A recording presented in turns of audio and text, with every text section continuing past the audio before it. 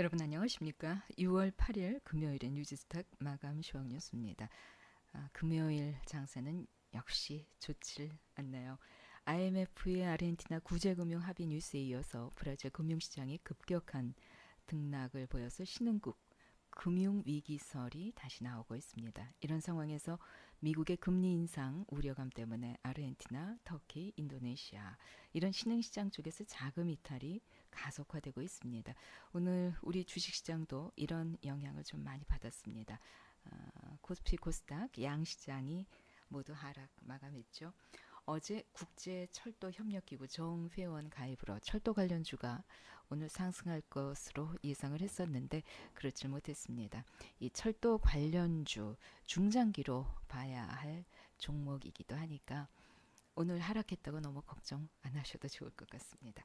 오늘 코스피 종합지수 19포인트 내린 2451.58, 코스닥 지수 9.43포인트 내린 878.48, 원달러 환율은 6.1원 오른 1075.6원, 유가는 배럴당 65.95달러를 나타냈습니다. 코스피 시장에서는 외국인이 342억 원, 기관이 4,992억 원어치 순매도했고 개인은 5,044억 원어치 순매수했습니다.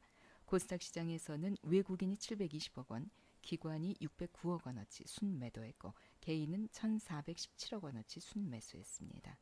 기관이 오늘 더 매도를 많이 했네요. 외국인보다. 기관이 언제나 우리 시장에 도움이 될까 이런 생각이 듭니다. 오늘 주요 뉴스입니다. SK하이닉스와 삼성전자가 강세를 보이는 메모리 시장이 올해도 26% 이상 성장할 것이란 전망이 나왔습니다. 이에 따라서 두 회사는 올해도 양호한 실적을 이어갈 것으로 예상되고 있습니다. 정부가 무공해 자동차 보급을 확대하기 수소차 가격을 낮추고 충전소를 대폭 확충합니다. 정부는 제1차 혁신성장 경제관계 장관 회의를 열고 환경부의 전기 수소차 보급 확산을 위한 정책 방향을 보고받고 심의 및 의결했다고 밝혔습니다. 무공해 자동차인 전기차와 수소차 보급을 확대해서 대도시 미세먼지를 개선하고 온실가스를 줄여서 지구온난화를 억제하는 동시에 전기 수소차 세계 시장을 선점하고 일자리를 창출해 국내 자동차 산업에 재도약 기회를 마련하겠다는 의지가 반영된 것으로 풀이됩니다. 관심 종목은 유니크, 뉴인텍, GMB 코리아 등입니다. 삼성전자의 갤럭시 S9 플러스가 지난 4월 애플 아이폰 X를 제치고 전 세계에서 가장 많이 판매된 스마트폰 1위에 올라섰습니다. 시장 조사업체 카운터포인트 리서치에 따르면 갤럭시 S9 플러스와 S9이 글로벌 스마트폰 판매 시장 점유율 각각 2.6%씩을 차지하면서 1, 2위에 올라섰습니다. 관심 종목은 인터플렉스, 자화전자, 옵트론텍 등입니다. 삼성전자가 지난달 캐나다 토론토에 개소한 인공지능 연구센터의 초기 운영 방향이 정해졌습니다. 다음 달 초 본격 가동에 앞서서 AI 전담 인력을 3배 이상 확대하는 동시에 지리적인 이점을 활용해 토론토 대학과의 산학 협력 전반을 강화시키기로 했습니다. 관심 종목은 로보스타, 유진 로봇 등입니다. 오늘 특징 종목입니다. 원하이텍.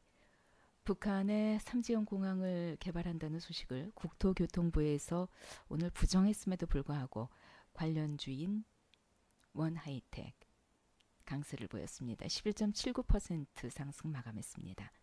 신한 남북 경협 테마주로 묶이면서 상한가 마감했습니다. 제노레이 상장 후 9거래일 만에 처음으로 시초가 대비 상승 마감했습니다. 3.83% 상승했습니다.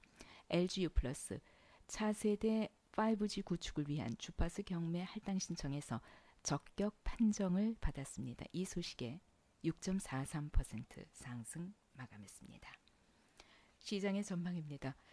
6월 주식시장의 관심이 각종 이벤트로 쏠리고 있네요. 미국의 금리 인상, 또 북미 정상회담, 2018 러시아 월드컵, 또 6.13 지방선거, 굵직굵직한 대내외 이벤트가 몰려있기 때문입니다. 전문가들은 당분간 국내 증시가 펀더멘탈 요인보다는 이러한 대내외 변수의 영향을 크게 받을 것으로 보고 있습니다. 오는 12일 열리는 북미 정상회담은 시장 최대 관심사 가운데 하나죠. 증시 반등을 일으킬 수 있는 호재 요인인데 하지만 요 며칠 남북 경협주 계속된 이슈로 변동성과 종목 간의 순환 매매가 무척 심해지고 있습니다. 개인 투자자들의 경우에는 시선이 거의 이 남북 경협 쪽 한 곳에 쏠려 있는데 기관과 외국인 투자자들은 남북 경협 쪽뿐만 아니라 다른 분야 쪽에도 자금을 분산시키고 있습니다. 이를테면 제약바이오, 반도체, 2차 전지, 통신 등 외국인 기관이 매수하는 종목에도 주목을 해서 살펴보시기 바랍니다. 또 개인 신용융자가 급증하고 있습니다. 상당히 우려스러운 부분이기 때문에 이 부분도 유의하셔서 살펴보시는 것이 좋을 것 같습니다. 현지 시간으로 12일부터 13일로 예정된 미국 연방공개시장위원회 증시에 영향을 미칠 변수인데요. 다만 시장에서는 이미 금리 인상 가능성을 예상하고 있기 때문에 증시에 미치는 영향은 좀 제한적일 것이다. 이렇게 예상하게 됩니다.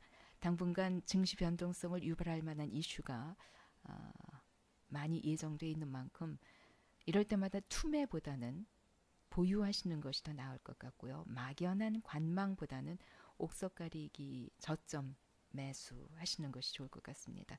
그리고 중장기적으로 거시경제 지표를 좀 보시고 정책 환경 변화에 대응한 포트폴리오 전략을 짜시는 것이 이러한 장세의 유일한 대응 방안으로 여겨집니다.